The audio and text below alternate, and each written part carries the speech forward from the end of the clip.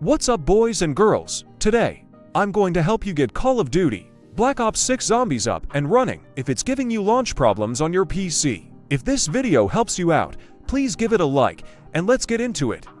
Steps. First up, let's check those graphics drivers. Outdated drivers can cause launch issues, so head over to the NVIDIA or AMD website, depending on your graphics card, and get the latest update installed. It's quick and makes a big difference. Next, try running the game as administrator.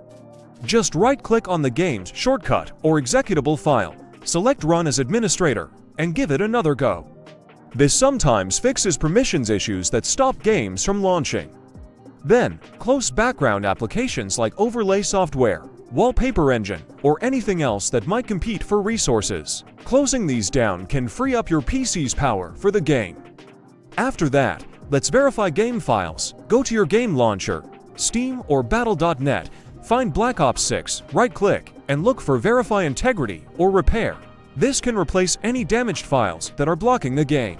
If that didn't do it, temporarily disable antivirus or firewall. Sometimes these programs think the game is a threat. Just turn them off while you try to launch the game, and add it to the exception list if it works.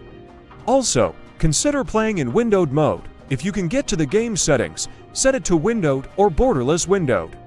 Sometimes full screen causes launch issues, and this simple switch can bypass it. Another quick tip is to clear cache and temporary files. Use a tool like Disk Cleanup or manually delete files in your temp folder to get rid of junk that might be causing random errors. Finally, try unplugging unnecessary USB devices.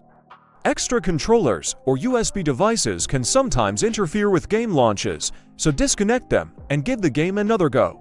And that's it. I hope one of these methods got you back into the action. If this guide helped, please like the video and don't forget to subscribe for more gaming tips.